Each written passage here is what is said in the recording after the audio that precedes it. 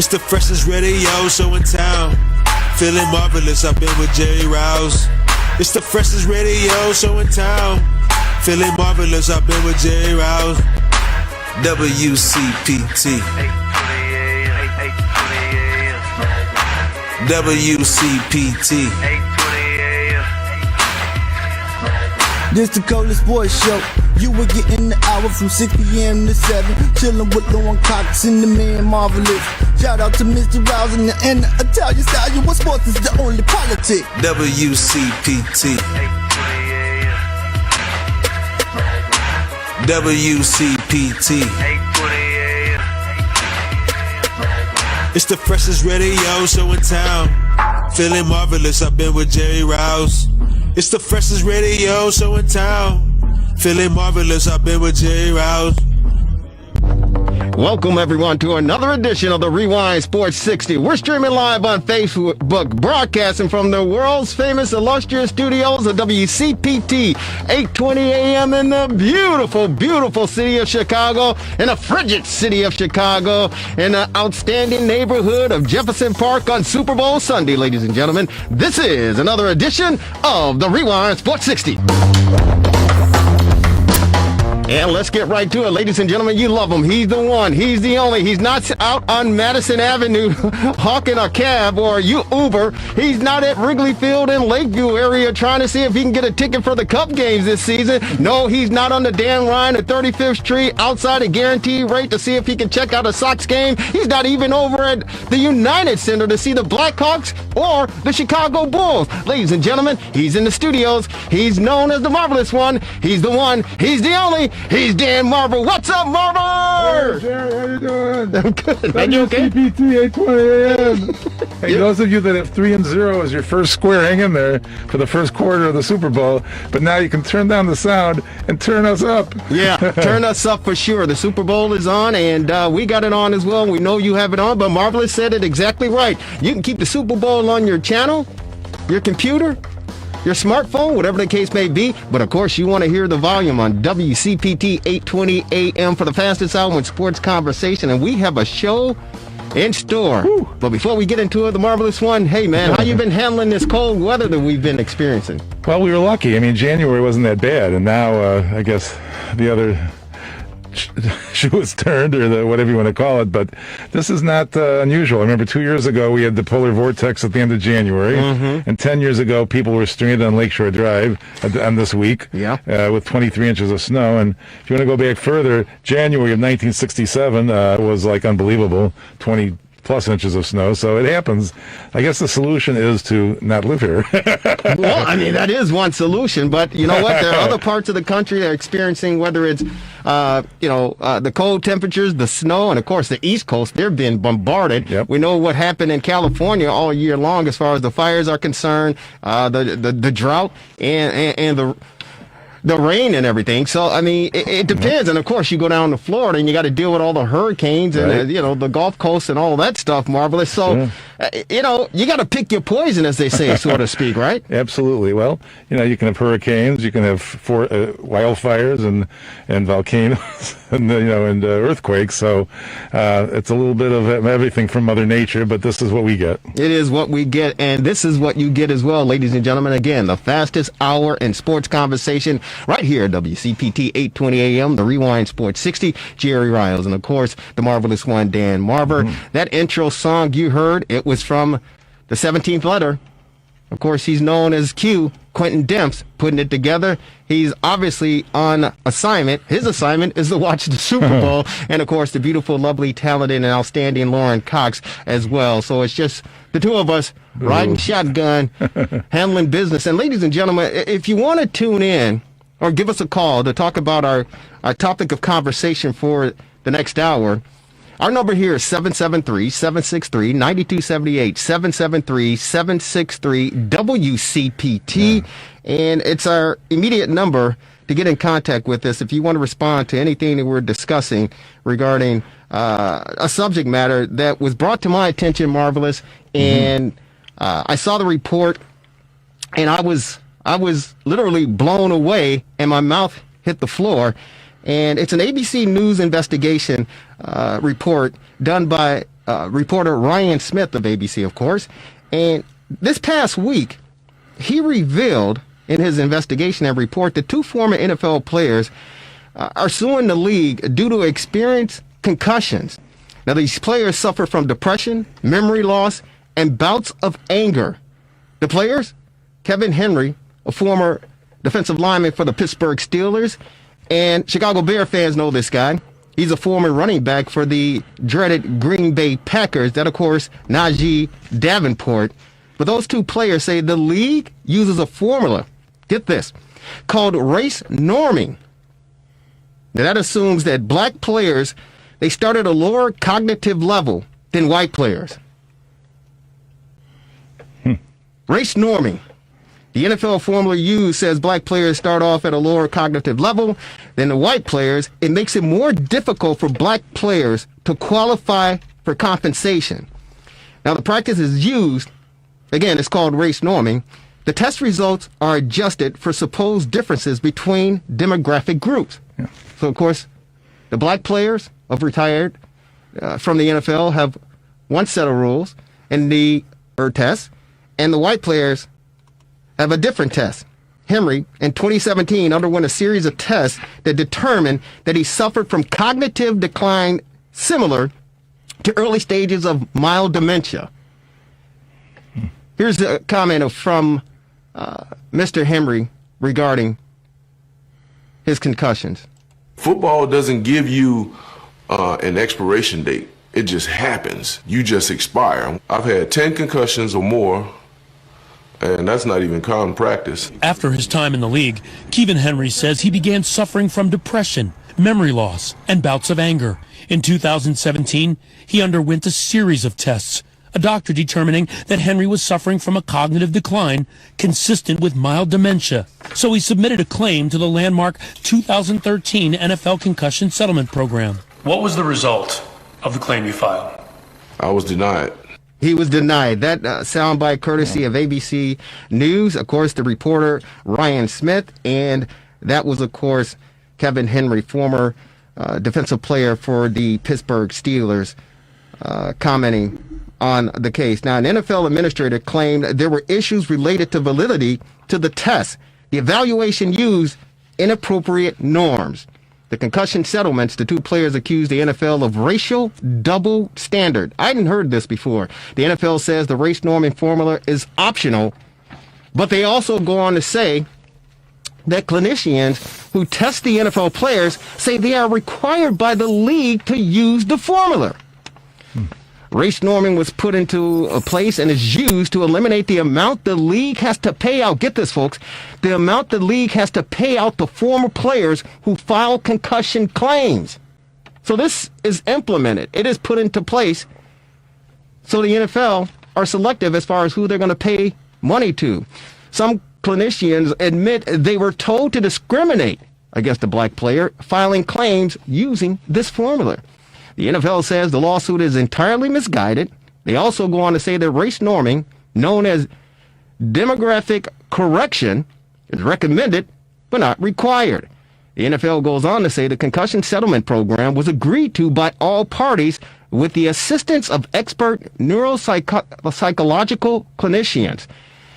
It relies on widely accepted and long established testing and scoring methods. Yeah. Now listen to this. 3,000 claims have been filed. There are 3,000 former NFL players who filed claims against the National Football League.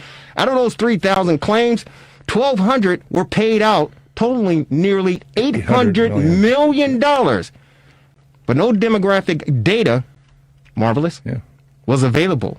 So you don't know who received the compensation of those 1,200 players who got paid. You just don't know who they are.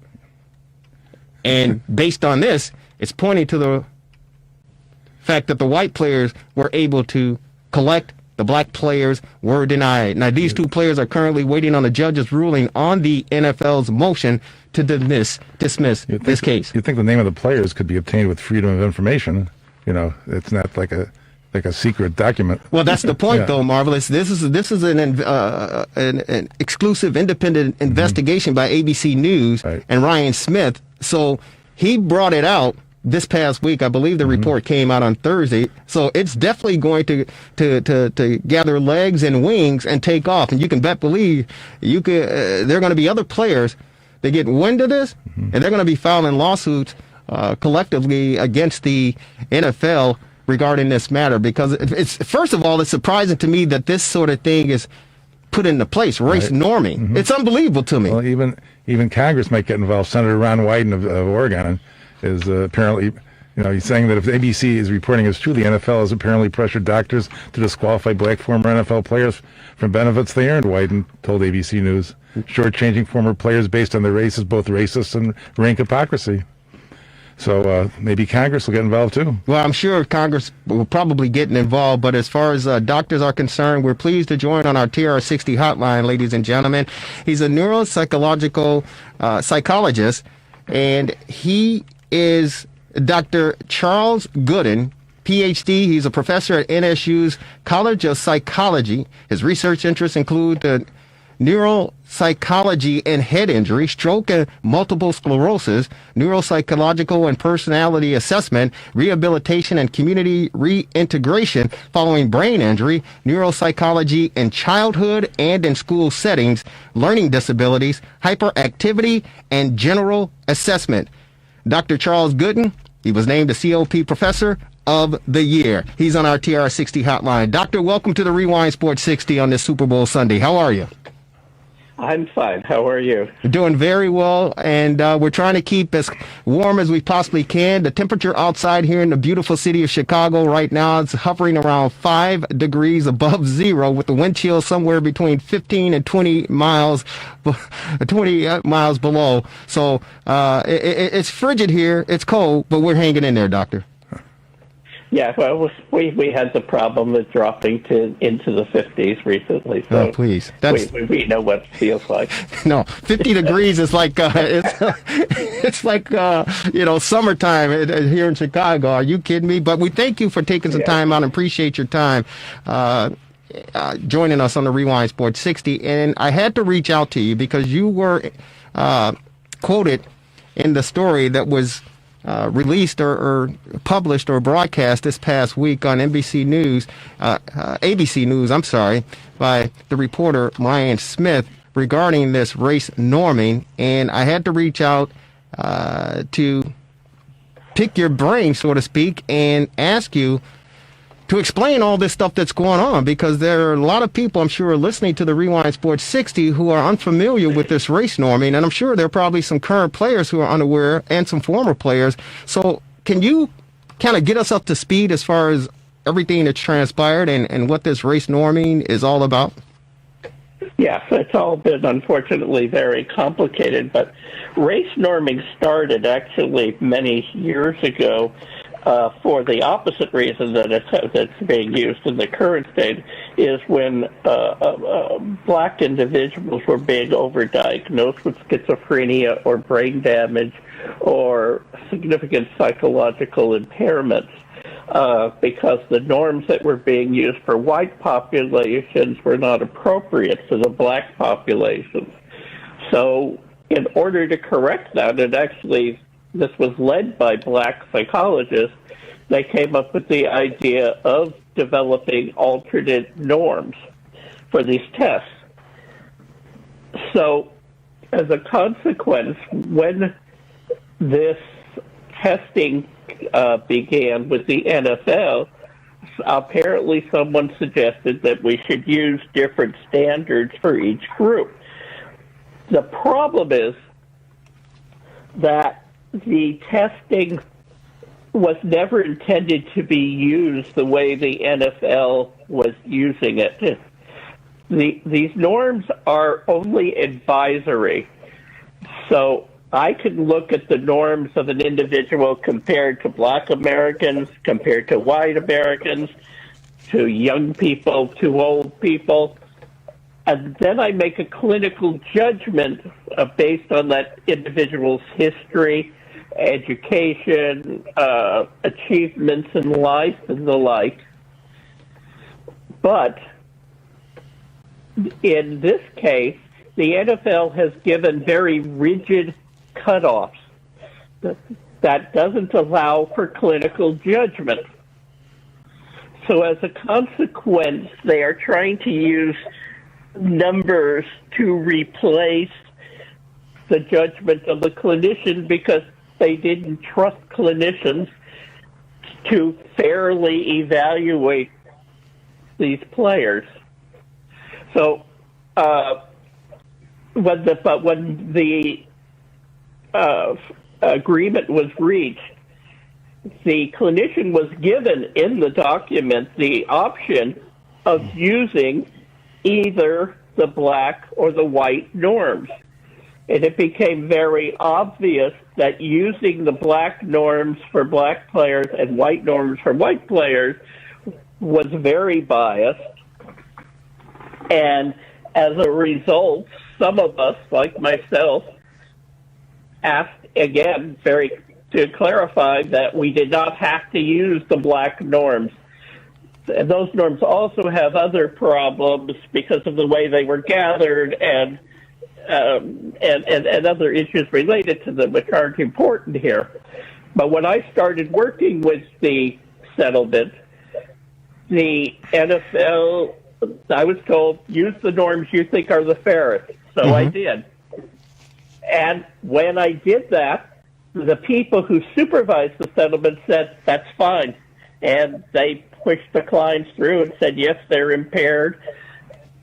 But when the NFL got to review it, their lawyers got to review it, they challenged cases where you use the general norms for everybody, but where the black norms would have made the person not qualify. They didn't care if you used the black norms and they still didn't qualify, or white, which norms if they didn't qualify at all. But in any case where there would be a difference, the NFL lawyers have challenged this.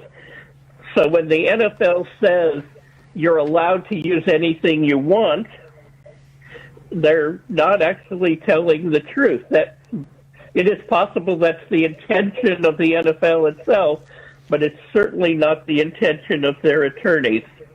They also challenged these results in the testing on a number of other reasons, which again, the person who supervises all this has approved what we did, but then the NFL challenges it in order to reduce the number of people who are allowed to be qualified for the settlement. I continue to use the same norms for everybody, but a lot of people felt pressured because they were being investigated just as I was when they didn't do it the way they really, apparently the lawyers really wanted us to do it.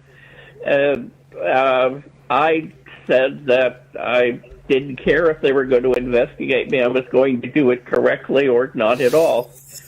So that's how we got to where we are now. Well, congratulations to you, and thank you for standing your ground. And you know, you took an oath, I believe, and you know your ethics stood in place, and you stood your ground. So, congratulations to you. And we're on with Dr. Charles Golden.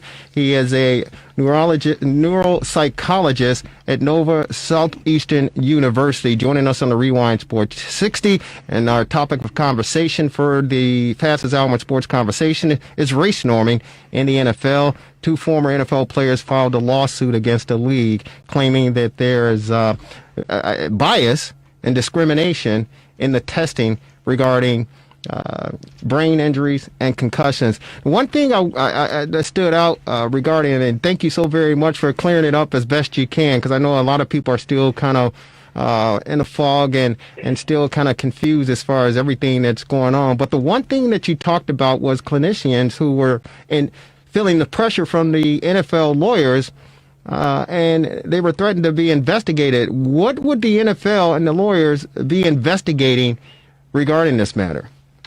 Well, they would be investigating whether you were appropriate for being a tester in this program. And for some people, the program has ended up paying a great deal of their income, as well as they could challenge your reputation, which that that you're not doing the testing correctly. There's something wrong with your approach to testing, and both economic and reputation are issues that affect a lot of people. So you're actually saying that the National Football League and their lawyers said that you abide by, the option or the recommendation regarding race norming and using the individual testing for the African American former NFL players compared to the white NFL players, that you as a professional in your field could face some pressure and face some character assassination along with the monetary issues as well if you didn't follow protocol regarding the National Football League. Is that what you're saying?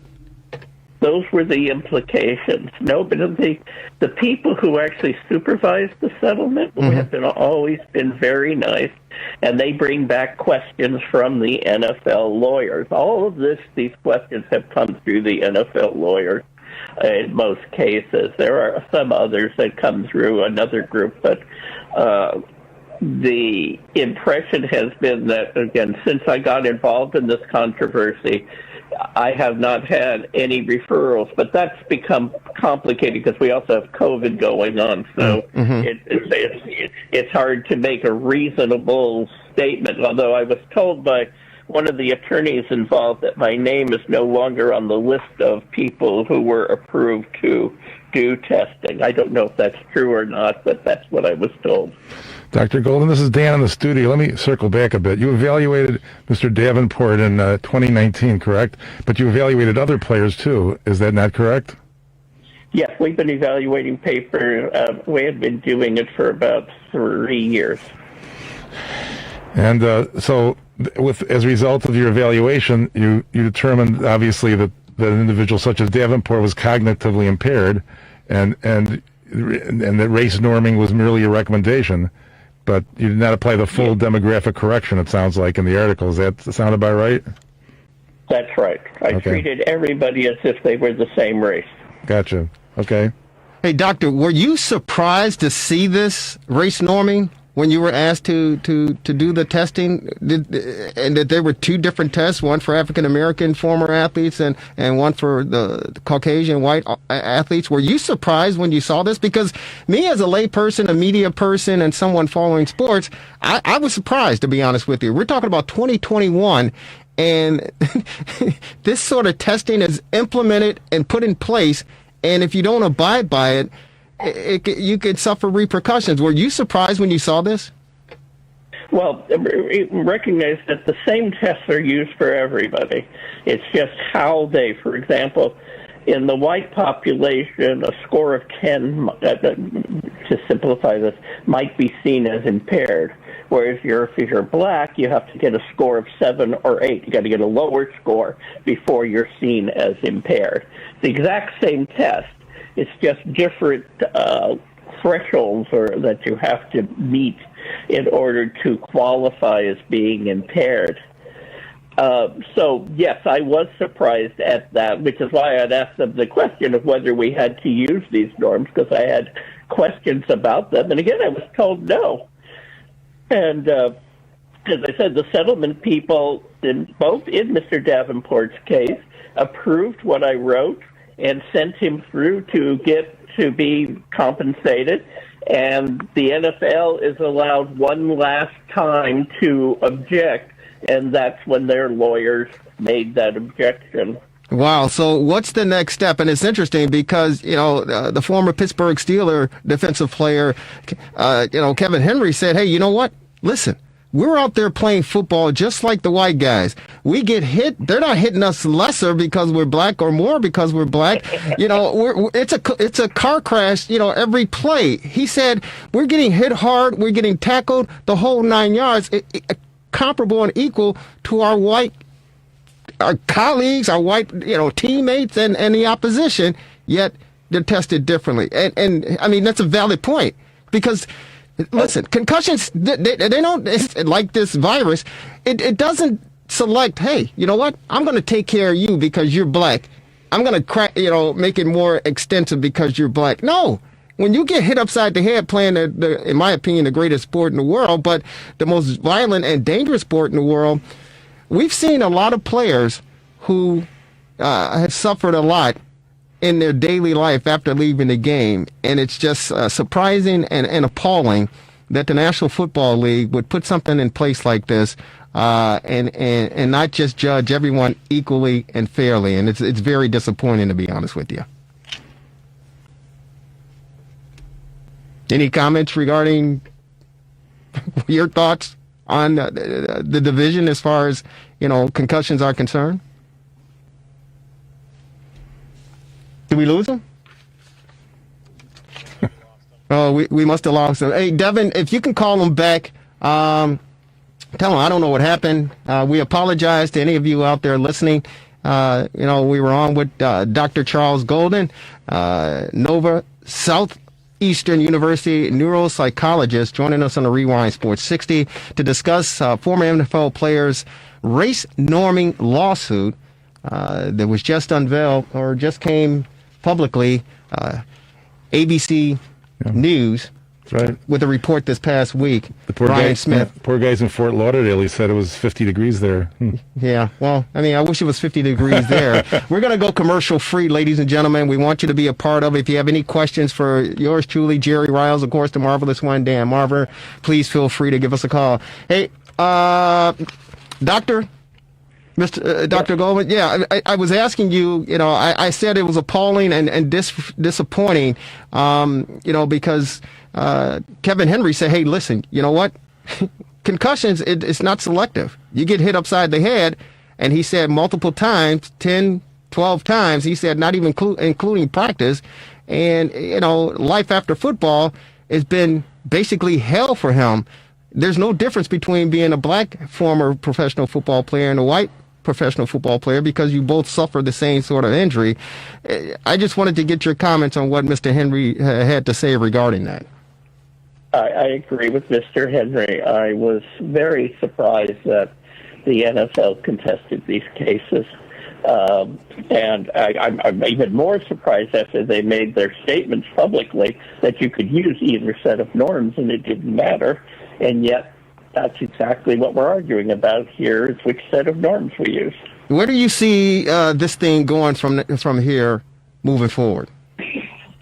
Well, of course, it's in court. It's going to be up to the judge. The law attorneys seem to think they have a strong case, but I'm not a lawyer, so I can't really comment on that. Sure. But I hope that it will go through the courts and that they will enforce the rules that say that it's up to the clinician to make the choice as to what the appropriate norms are. Yeah, we're going to have an attorney join us in a few minutes who are representing, actually, Mr. Henry and Najee Davenport. He'll be joining us momentarily to give us the update as far as the legalities are concerned. But, Doctor, we want to definitely thank you for taking some time out on the Super Bowl Sunday again for kind of explaining everything to our listening audience and explaining it to us.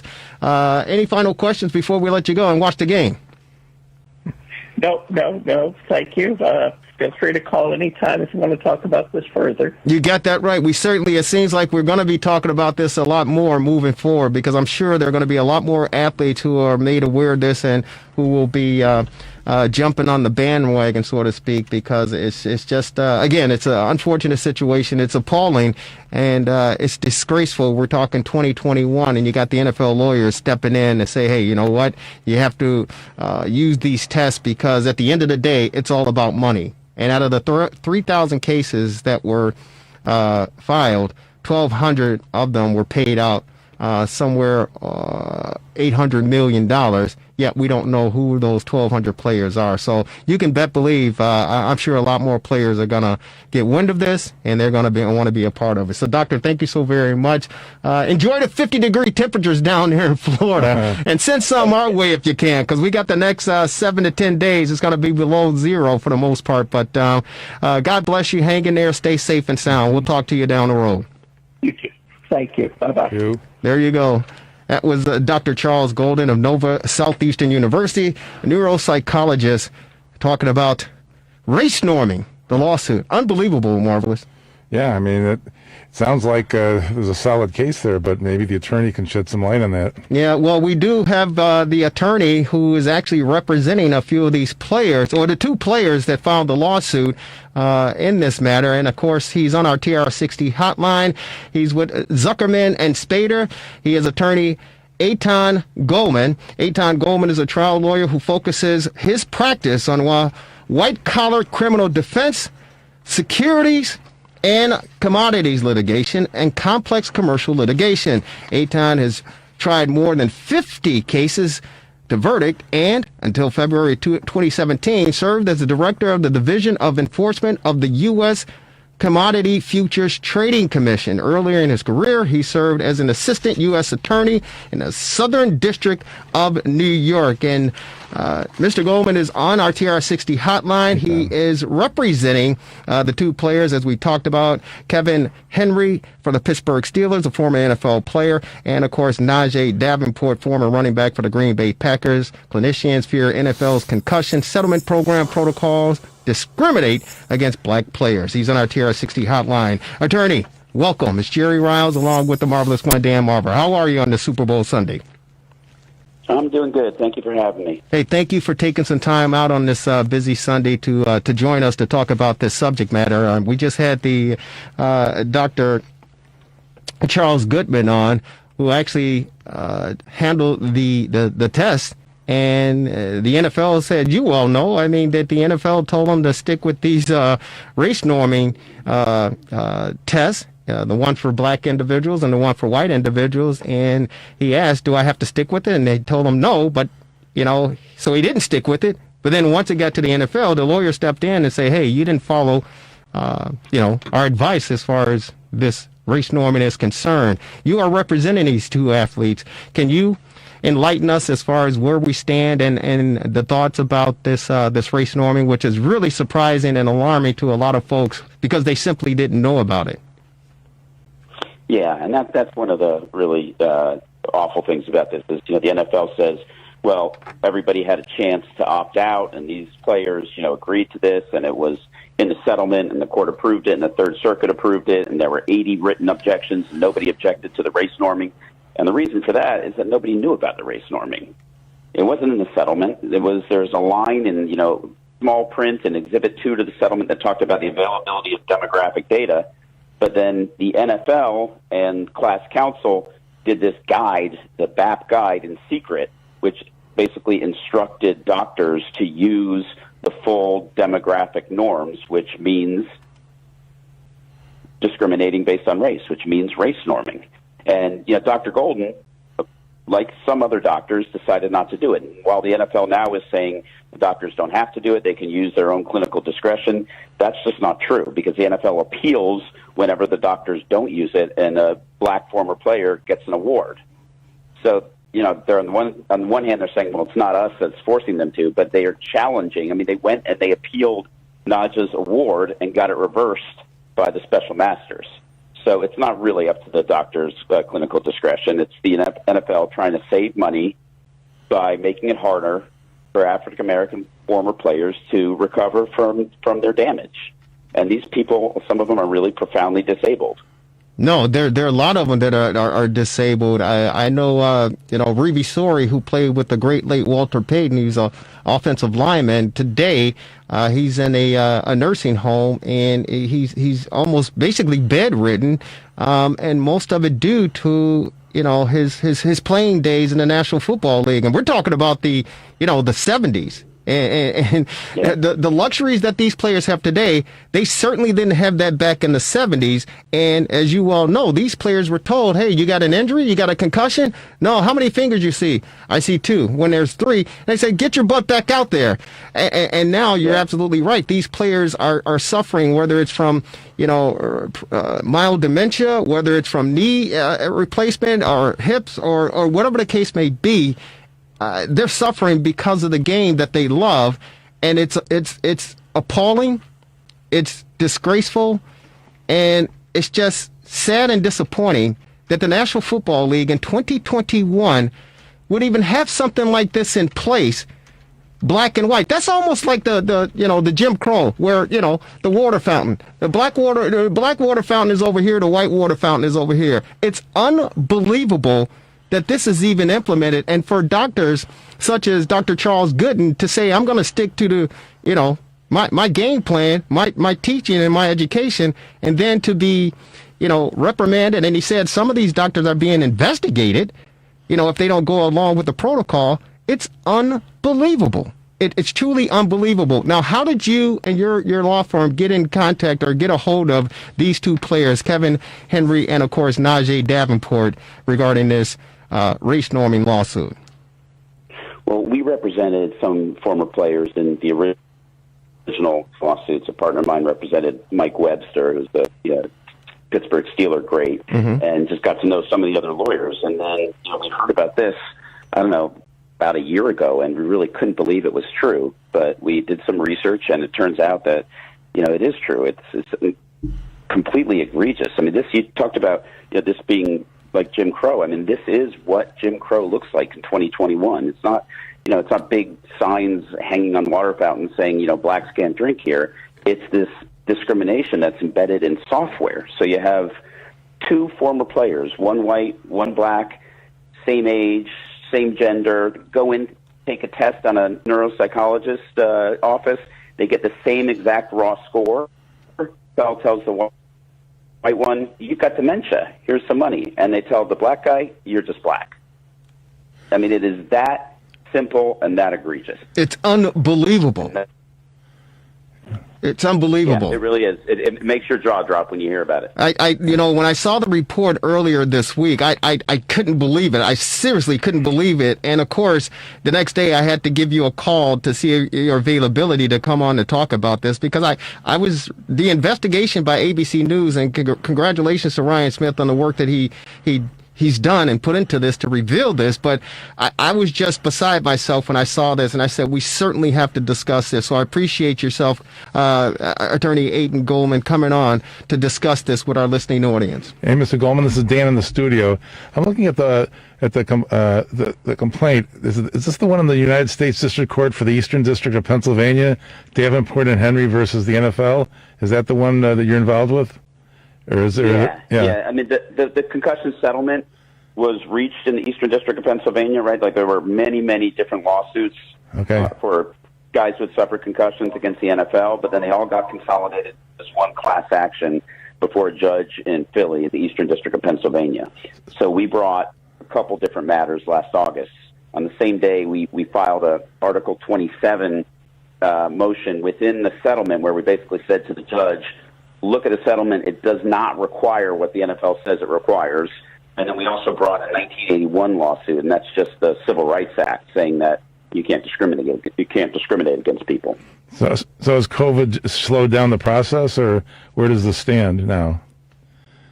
Well, the judge actually dismissed without prejudice our Article 27 motion, which we've appealed to the Third Circuit, and we're waiting to hear about that. And then the 1981 lawsuit, we've got a hearing, I think, in March. So it has been slowed by COVID, but, the wheels of justice are continuing to grind, even if kind of slowly. Yeah. Do you see more players getting involved with this? Because, again, I'm sure there are a lot of them who are unaware, and we know some former players. We have one here, Quentin Demps, who's a part of our broadcast team. He's not here, of course, today, but he played in the league for 10 years, and I'm sure he's got some issues. I know some other former players who played on the '85 Bears team who, some are doing well, remarkably, but others are still, they're suffering. Jim McMahon, we know, won a suit regarding concussions from the league, and maybe he was one of the 1,200 people out of the 3,000 that got compensation for this. Do you know anything about that?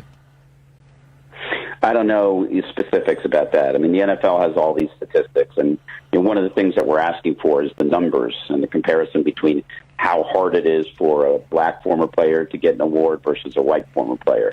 And I think you're right about former players. I don't think they had any idea that this is how the settlement was going to be interpreted by the NFL, because I've talked to a bunch of former players, and to a man, black or white, they say they never would have, voted for this. They never would have agreed to the settlement if they knew that it was going to be implemented in this discriminatory way. Well, that's part of the defense for the NFL. They're saying that all sides agreed to this.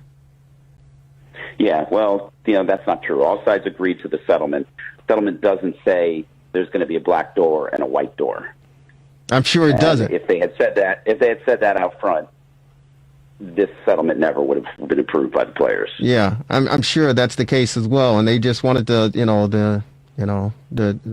do their homework, and they tried to pull a fast one. The interesting thing about this is the fact that, again, that they say, hey, we can pull a fast one, and this is a multi-billion-dollar industry. These guys aren't starving.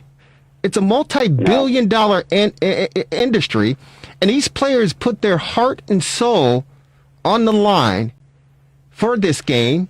And even through this pandemic, it's refreshing to watch these guys play because it's a form of entertainment and it's a stress reliever, right? So it's surprising that the National Football League and their attorneys even had the gumption to put this in place. I still can't believe it. I really can't. Yeah, the NFL is the most powerful, most lucrative sports league in the world. They something like $15 billion a year, and they're doing this. I don't think they're doing this because they hate black people. I think they're doing this because they saw a way of saving money, but it doesn't make it right. Well, wait a minute, attorney. With all due respect, hate is a strong word. You're right. Hate is a strong word, but in discrimination, when you discriminate, that means you have a strong dislike for something, and you're going to put action behind it to make sure that whatever group is being discriminated against don't succeed. So there's something going on in there for you to separate the whites and the blacks and say, we're going to take care of the white guys who've gone through all of this, but the black guys, it's questionable. I don't know. This is a racist policy. No question about that. I'm not in any way trying to defend the policy. I'm saying I think their motivation is to save money. Sure. And they're doing it on the back of the former players who gave their blood, sweat, and tears for years for this league. And some people say, oh, the NFL players are all a bunch of millionaires. They don't really need the money. Especially guys who played in the 70s and 80s and 90s. A lot of them didn't make that much money. Right. And your career as an NFL player is pretty short. So these guys, it's not like they're rolling it. I mean, they need the money, and some of them are just so disabled they can't even, work a job. They can't even provide for their families. So these are not huge awards that they're asking for. This is stuff that they really need in order to be able to lead, lives with dignity. That's exactly right. And again, I talked about former Chicago Bear lineman Reeve Sorey, who more or less is bedridden, and he's been that way for multiple years, and most of it is due to playing in the National Football League. So I certainly hear what you're saying, and I agree with you, Doc. Attorney, thank you again for taking time out, joining us to explain a little bit more. Where do we go from here? Well, the NFL is wrapping themselves in the mantle of Black Lives Matter and anti-racism, so we're hopeful that eventually they will, see the light and do the right thing, and if not, we're just going to have to, keep litigating until we win the case. We've got a status conference in March before the judge on our Civil Rights Act, so hopefully that'll go well. Well, attorney, you have our blessings here. You have an open forum. Anytime you want to join us to elaborate and keep us up to speed, the door is open. We really appreciate you taking on this battle for these retired players who are really, really needed. And God bless you. Keep up the good work, and we'll be in contact. Thanks very much. Thank you so very much. Ladies and gentlemen, attorney Eitan Goldman with Zucker Spader out of New York and Washington, D.C. on the race norming lawsuit filed by two former NFL players, of course, African-American, Kevin Henry with the Pittsburgh Steelers, and, of course, Najee Davenport, running back for the Green Bay Packers. Marvelous? I'm sure the last thing the NFL wants to do is have a racist policy exposed. I mean, that would be rather foolish of them to not knowingly do such a thing. So it is quite puzzling. It is quite puzzling. And again, great work by Ryan Smith of ABC News for doing this investigative reporting and bringing it to light. Because again, I definitely know fans were unaware of this, and I know that there are a number of current players and former NFL players who totally are unaware of this, and the attorneys for the National Football League felt, hey, you know what? We could pull a fast one. And they agreed to it, and before they know it, boom. It's boom. But the bad thing about it is these doctors, these neuropsychologists who are doing the testing, when they say, hey, we're not going to follow your protocol, they're being reprimanded and challenged. Yeah. Which is, that's a form of bullying.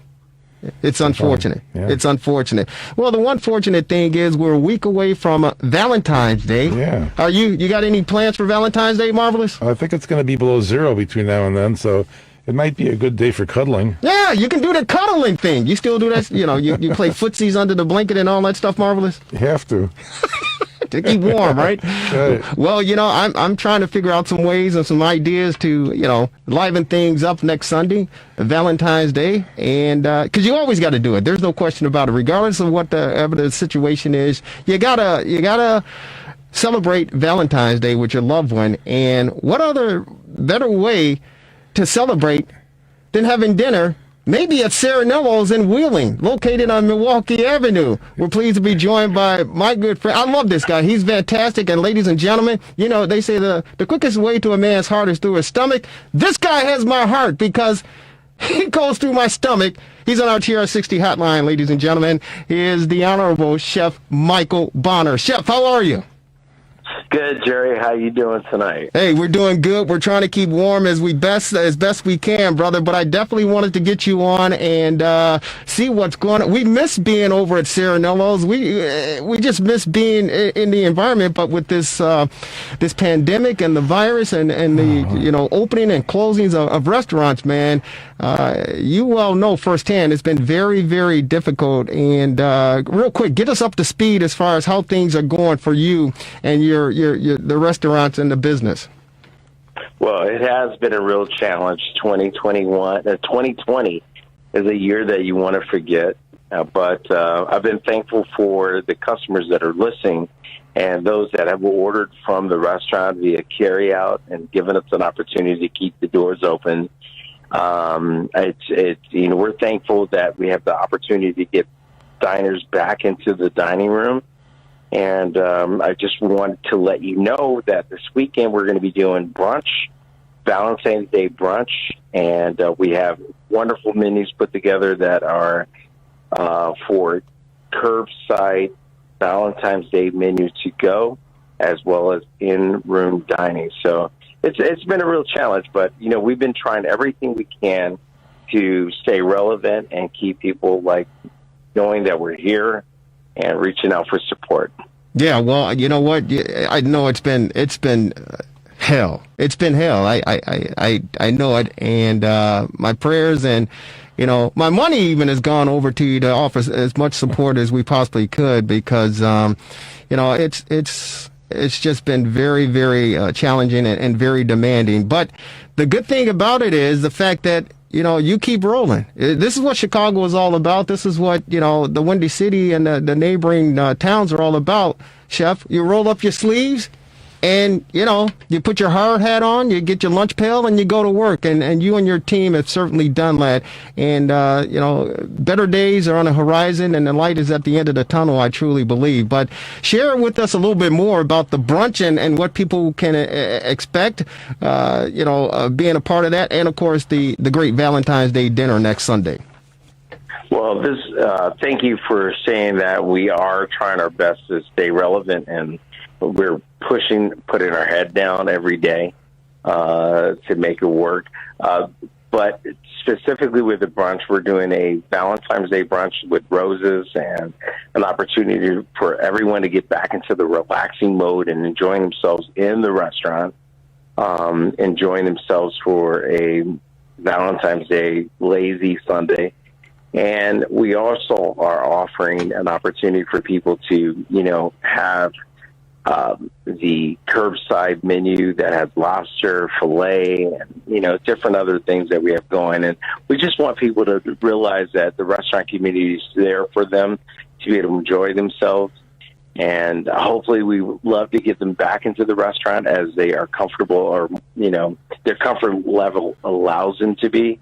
But at the same time, if they don't want to come back in the restaurant and enjoy the indoor dining, they can come into or order curbside carryout. Hey, this is Dan in the studio. I assume with social distancing, you'll have some space limitations. I guess we better get our reservations in pretty quick, huh? Very quick. But we're taking precautions. I mean, we are spacing tables. Also, we're just not allowing too many people in the room so that people feel safe coming back into the restaurant. But at the same time, we want people to enjoy themselves and have a good time. And I know that we all miss being in a restaurant and enjoying ourselves. Hey, Chef, is there a minimum time limit for people if they want to dine in? We've been paying attention to that. I mean, we say an hour and a half, but if you go over that, we're not going to police you. Just come in and enjoy yourself inside the restaurant, and we'd be happy to serve you. No. So what time do you start serving on Sunday? Serving starts on our Sunday brunch opens at 10 o'clock, and it ends at 2. We are accepting carry-out orders for curbside for the menu that we put together with the filet medallions and the lobster raviolis. You can pick those up starting Thursday, Friday, as well as Saturday. And in-room dining, you can come in. Restaurant opens at 11 o'clock, and we close at 8 o'clock on Sunday. And Chef Michael Bono at Serenello's, let us entertain you in Wheeling. Real quick, you've incorporated or added some pizza into your dining. Is that accurate? Yes, I'm glad that you mentioned that. We have, since the pandemic, opened another pizza concept called B Square. And it's a Detroit-style pizza that we're doing in the restaurant that features that classic square, crusty corners, airy, light, crispy crust. And you can order it for delivery out of the restaurant, B Square Pizzeria. No, it sounds good, brother, and I definitely want to get my hands on one of those things as well, for sure. Right, Marvelous? Yeah, better call in quick to get my reservation. So that's a great segue. If people want to make their reservations to dine in for Valentine's Day or any other day, Chef, what do they need to do? How do they find you? Well, two things. One, for B Square, just go online. We're available on Open Table as well as Talk. If you are interested in ordering or making a reservation for the restaurant, visit our website at serenellos.com or Open Table, or just call the restaurant directly, and we'd be happy to take or make your reservation there. And happy Valentine's Day. I'm looking forward to a great week. Even though it's cold, I heard the cuddle week with the temperatures out there. I'm in line with that, along with a piece of good crusty Italian bread and some red sauce Italian. Yeah, Marvelous is going to be cuddling up underneath the sheets with his beautiful wife, and he's going to be munching on some Detroit-style pizza. No, I'm going to Serenello's now. The heck with that. There you go. And what's that number again, Chef, for people to call in and make their reservations? Yeah, that's 678. I'm sorry. No, it's 847-773-3861. That's Serenello's Restaurant. Sounds good. And real quick, before we say goodbye, have you been able to bring most of your staff back? I know, it's been trying times and challenging for them as well. Have you been able to bring most of their folks back? We have. We are about 40% of our capacity right now. And we've got about 40% of our staff back on staff. And it's like putting the band back together again, and we're happy about that. So, yes. Well, we're moving in the right direction. Well, God bless you, brother, and keep it up and keep going. And if it was easy, as you all know, everybody would be doing it, man. But stay safe. We love you, love your team, and we love the food over there. And we certainly be in contact, Chef. All right, Jerry. Have a good night. You too. Take care. Stay safe, and get some pizzas out there, brother. All right, my man. Take care. That's Chef Michael Bono on our TRS60 hotline. Serenello's. Yeah. That's the place to be, man. Go ahead, Marvelous, jump in. I forgot to Don't ask. be afraid. I forgot to ask the price. Well, if you go, you go online, you can certainly find the price. There's certainly find the price. Hey, it's the fastest hour in sports conversation, ladies and gentlemen. If you miss any portion of this broadcast, you can check us out on Facebook. You can check us out on the rewindsports60.com. And, of course, on Wednesdays in the northern suburbs on Comcast Access, Channel 17, Channel 19, Channel 35 at 7 p.m. sharp.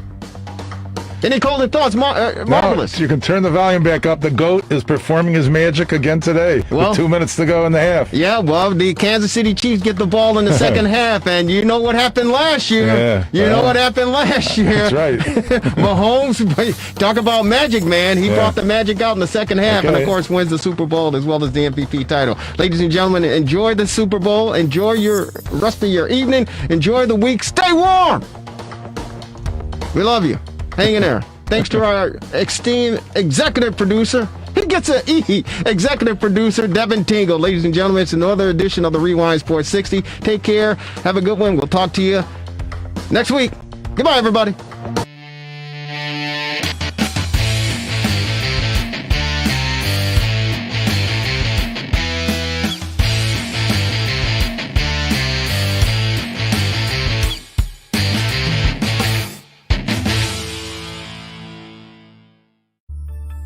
Relax, reset, rejuvenate. Go to our link right now to restart your life. TheRewindSports60.com. What are you waiting for? Soon. The Rewind Sports 60.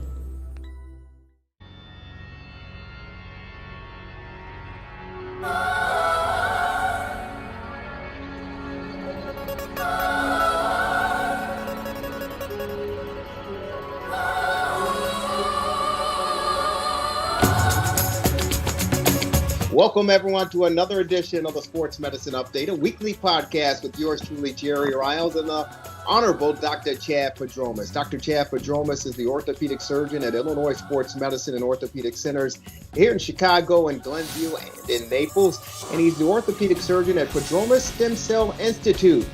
He's also the editor-in-chief of the Anterior Cruciate Ligament Reconstruction and Basic Science. Doctor, how are you? I'm doing great, Jerry. How you doing? I'm doing fantastic, and trying to get through this snow and cold that we've been experiencing over the past week or so. And they're saying this upcoming week we're going to be in the teens and single digits as far as the cold temperatures are concerned. So just hanging in there. And it's Chicago weather. We're used to it. We just have to get through it. Other than that, everything's fine, Doc. Super. Sounds good. Hey, there's a lot going on regarding the vaccine. Of course, the new administration is trying to haul out as many doses as they possibly can to get it to the patients and people in need. Definitely those on the front lines, the nurses and the healthcare workers who are battling this thing to try to take care of everyone. And, of course, those people 65 years of age and older. And we've heard so many different cases regarding the vaccination, and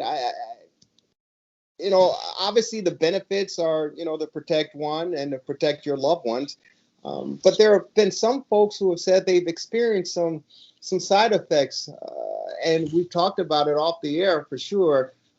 May he rest in peace, and condolences go out to his family and his loved ones and the Atlanta Braves and Milwaukee organization as far as baseball is concerned. But Hank Aaron, after he got the vaccination, days later, 2 weeks or so, he's no longer with us. Cause of death was, natural causes. But some people believe that the vaccination has some downside to it.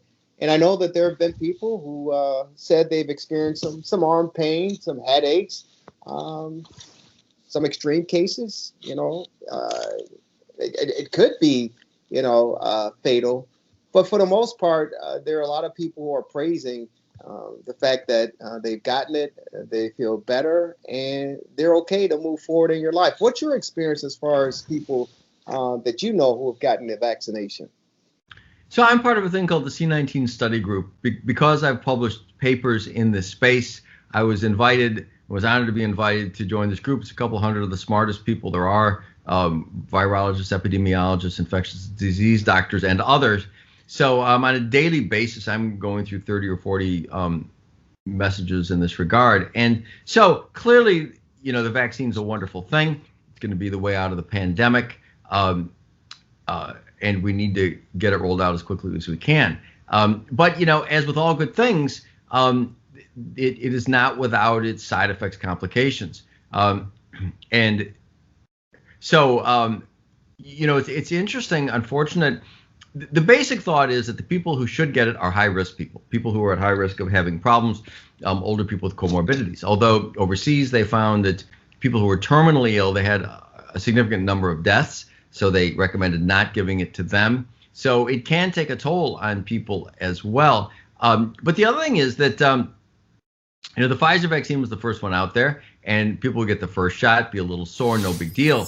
But the second shot is usually accompanied by far more severe side effects. Not to say you shouldn't do them, and in the vast majority of people, they pass. So by all means, do it. Although it's good for people to be prepared that they might be pretty miserable for, a day or two. But beyond that, there are some people that get more severe, more intense, and more long-lasting problems from the vaccine. And again, doesn't mean don't do it. By all means, do it. But recognizing these things, it would be nice to figure out a way to treat people who have them. So there's one intensivist who's part of the study group who has found people that get a chronic inflammatory problem. She calls it SIRS, inflammatory response syndrome, and recommends people taking Tylenol, a non-steroidal anti-inflammatory drug like Aleve and acetaminophen, and a non-sedating antihistamine like Claritin before, during, and after, and said that greatly mitigates it. So that can be useful. But in addition to that, there are people who get pretty severe and persisting musculoskeletal problems that have been noted. Now, it's fairly new. What is the incidence? We don't know. I have a friend who's an emergency doctor at a big hospital downtown who said she's seen a number of people with elbow problems on the same arm as the shoulder afterwards. And one such person is actually a personal friend, a middle-aged woman who called and said that several weeks after getting the first of the injections, which is not usually the one that's very severe, she got severe and unremitting pain in the elbow of the same arm. So it was in the elbow and radiated partway down the forearm. And I know her well. She's stoic. She's tough, not the kind of person to complain. And she said she was losing sleep and was at her wit's end, and it was driving her crazy. She'd taken medications, hadn't helped. So I've talked here and there on these podcasts before about what is often called low-level laser therapy, also called photobiomodulation, cold laser. And so what this is light therapy, where laser light that is powered below the level at which lasers produce heat. So people know there are cutting lasers, and you can get face peels, and you can do all kinds of stuff with lasers. So if you power the lasers much lower, maybe 100 milliwatts as opposed to 3 or 4 or 5 watts, laser light is picked up by the mitochondria in your cells and by a molecule called cytochrome C oxidase. And it catalyzes that molecule. It's an enzyme. It produces more energy, increases blood flow. And there's a lot more that it does, and a lot of it that we're not even sure, we're still figuring out. But the bottom line is it can have remarkable healing properties. So we have a machine like this. We write papers about it. It is our go-to treatment for people with back pain, neck pain. My wife, Marilyn, is a dentist, uses it for TMJ pain, which is her specialty. And it involves putting little pads on the skin, and there are laser diodes that attach to it. And you sit there for 20 minutes while the light bathes the area. There's no heat, no pain, no side effects. You can't feel it.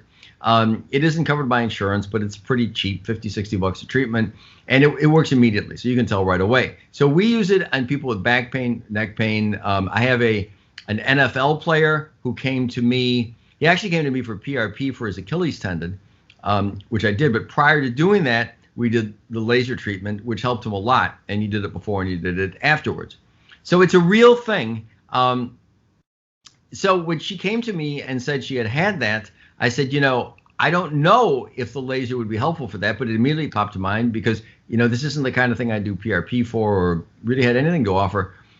So I said, why don't we try? Nothing to lose, really. So we did a treatment. Our physical therapist does it in our office. I did it at no charge because I really didn't know if it was going to be helpful. And she, after the one treatment, which was a half hour, immediately afterwards, she was about 20% better. By the next day, she was 40, 50% better. This was on a Friday, this was last week. So she had one on Friday and Saturday and Monday and Tuesday. And she got a little better each time. After the Tuesday one, she said she was 90% better. She was ecstatic because she had been suffering so much and her suffering was so greatly alleviated. She left out of town Tuesday. Actually, I just talked to her. So this is 3 days later. And she said she's still the same. She's still, a little twinge, but not even close to what it was before. She's very happy. Now, the question is, I don't think it's a placebo effect because, she had this for 3 weeks nonstop. And immediately upon doing the treatment, she got better. So I'm sure it's a real effect. The question is, how many people could it help? So what I'm intending to do is recruit people for a study. And so I would do people for what we call a phase 1 study, maybe 10 people, I'm not sure, that I would treat at no charge and see how often it helps people. Because this treatment, it's safe and it's cheap. It's not as available as I'd like because there aren't many people that have that many of these machines, but they're out there, and we've got a very high quality one from Germany. There are other ones that are less powerful that might do the same thing that could be tried. A lot of chiropractors use them, for example. We have what's called a class 3B, which means it's powered from 5 to 500 milliwatts. There aren't that many of those out there. There are a lot of class 3A, which is 0 to 5 milliwatts. But they might work too, So I think it would be hugely beneficial to the public health if we were to identify if this were widely applicable for this problem, because obviously we're getting, millions of people getting hundreds of millions of people ultimately getting vaccinated, and getting repeat vaccinated, and we might be getting vaccines yearly more often than just once. And so these side effects are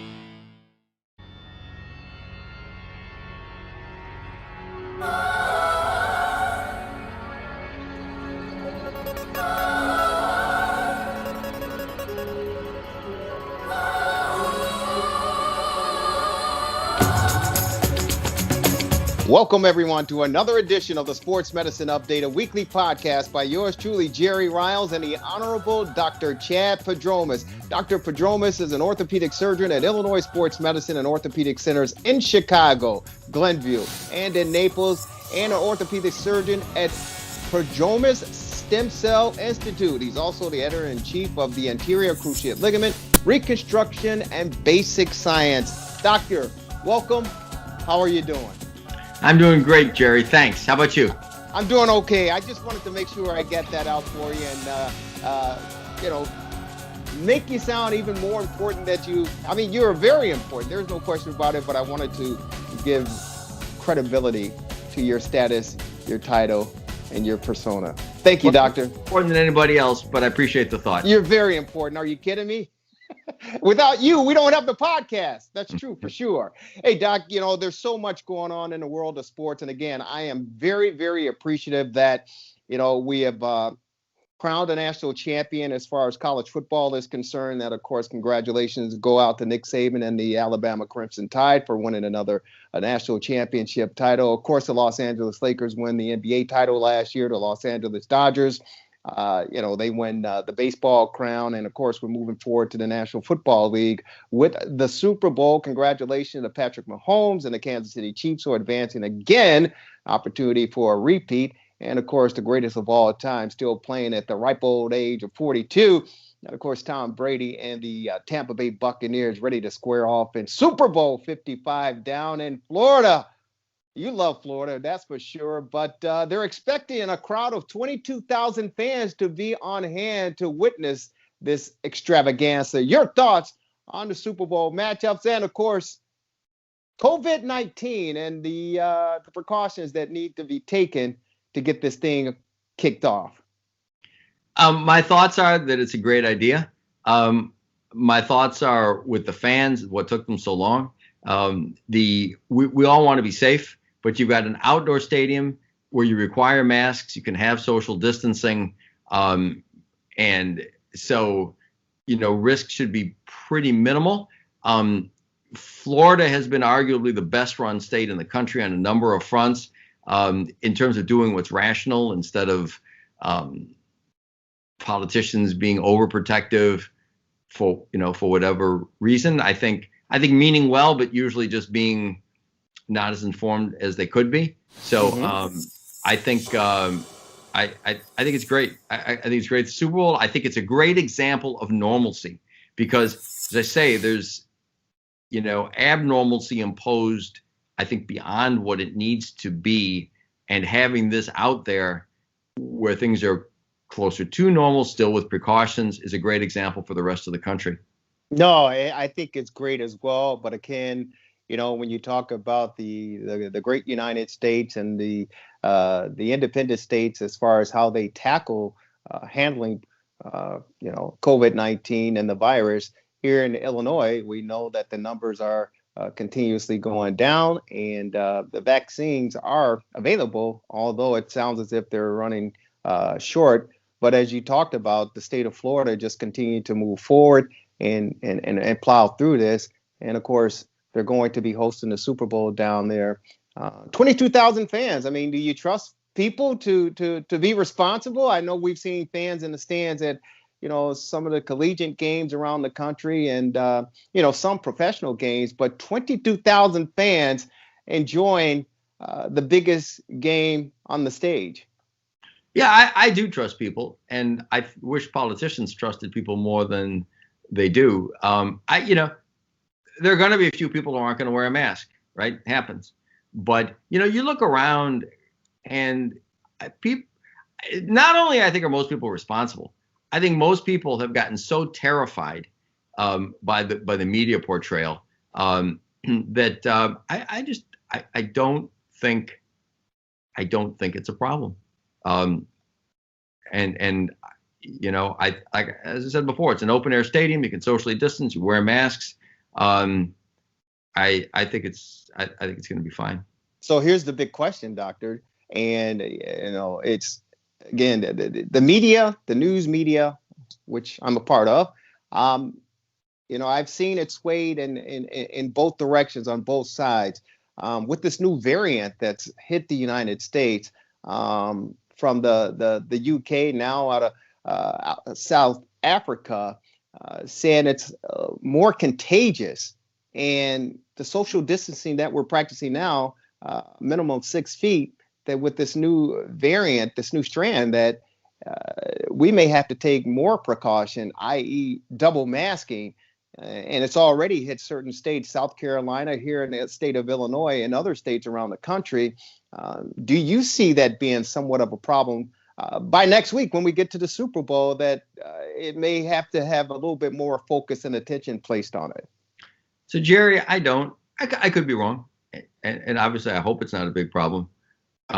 But this is just one more in a continuous stream of items about new things that purport to say that things are going to be horrible.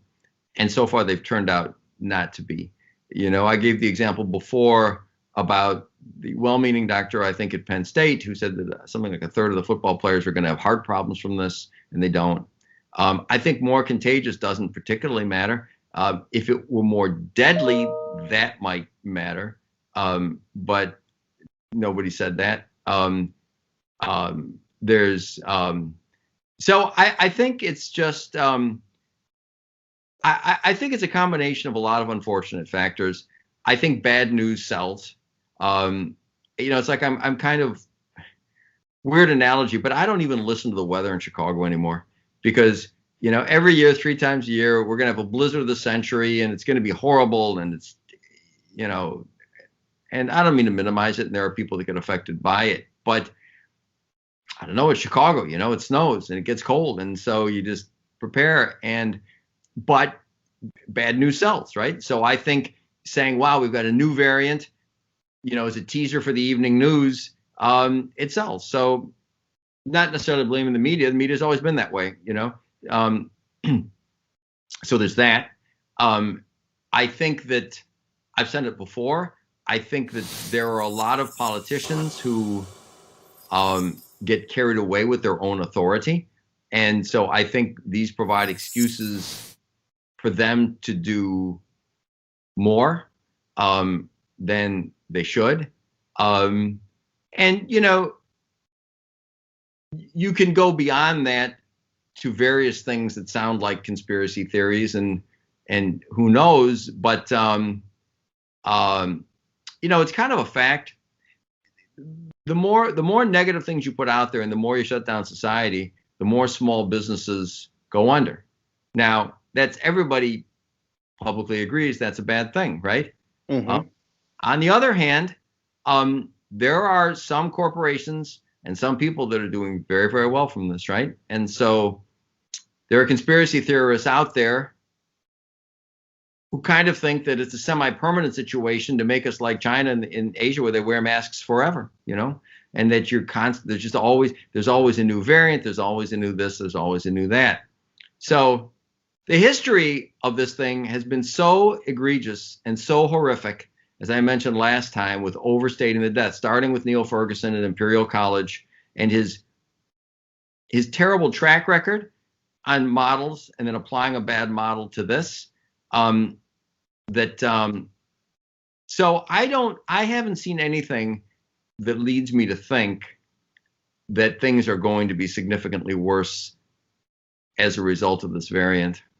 I mean, and going back and not to be too long-winded here, but there are real consequences to alarmism. I brought up about poor Governor Cuomo of New York.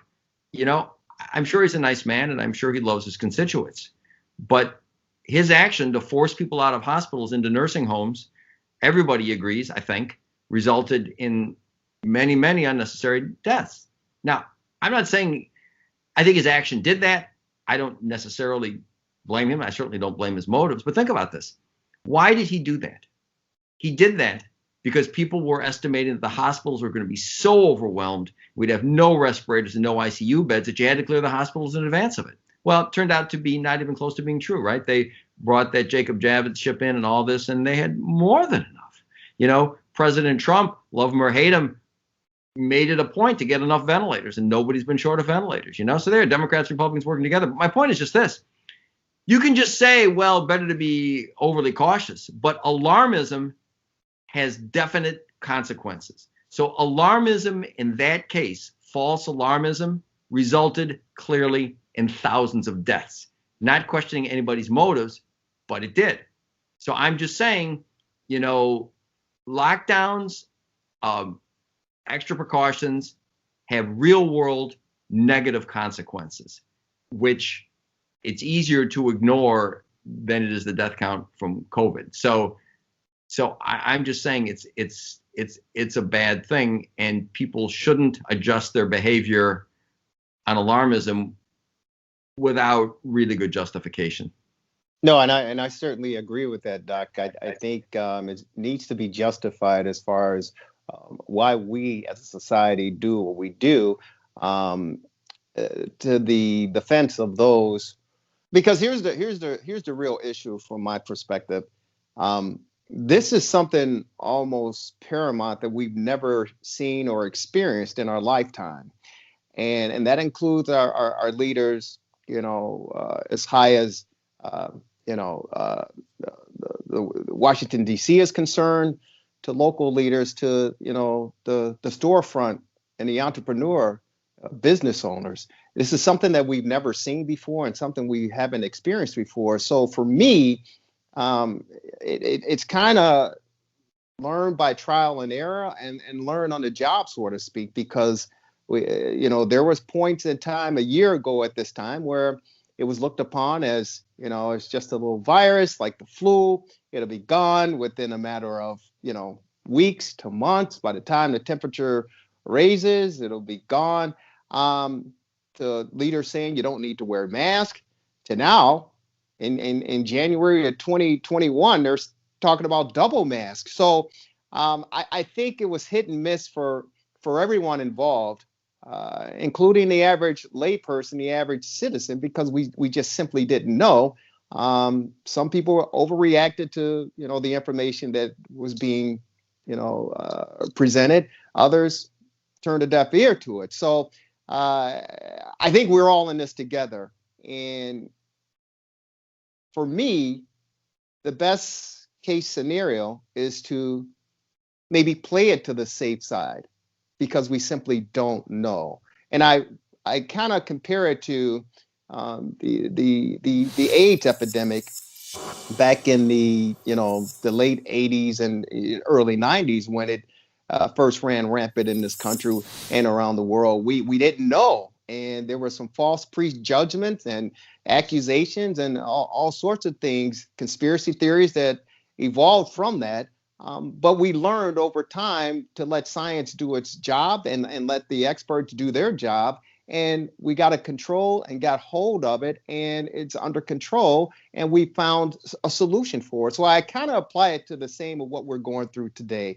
And I'd rather be safe than sorry, as they say. And you cannot question the more than 400,000 people.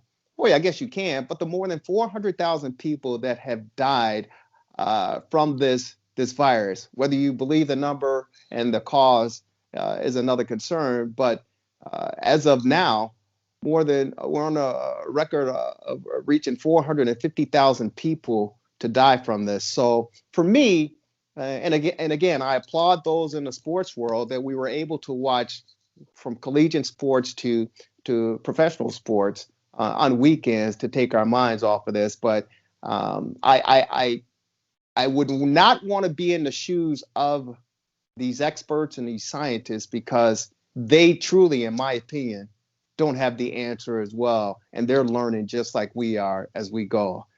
My prayers are in hope that we can get control of this thing and get back to some new normalcy. This question, you said be safe. Question for you.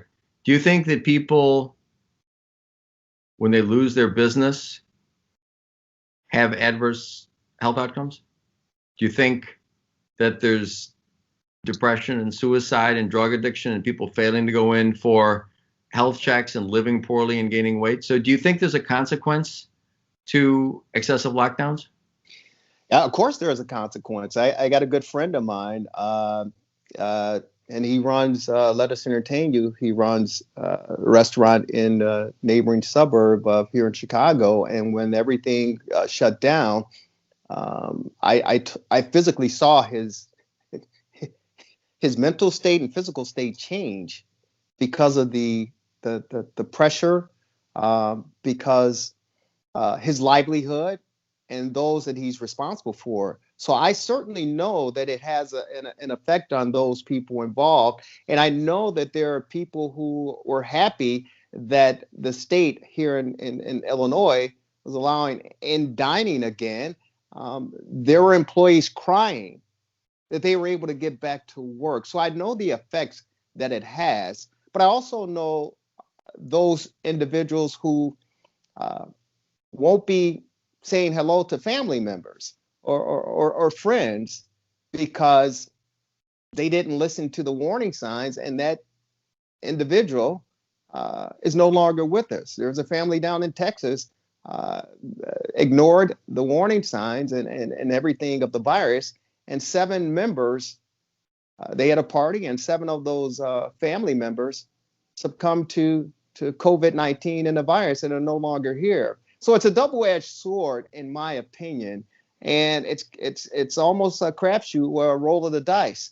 How do you approach it? How do you tackle it? I think the NBA did a fantastic job last year by having the bubble and staying strict and stern on the players' comings and goings.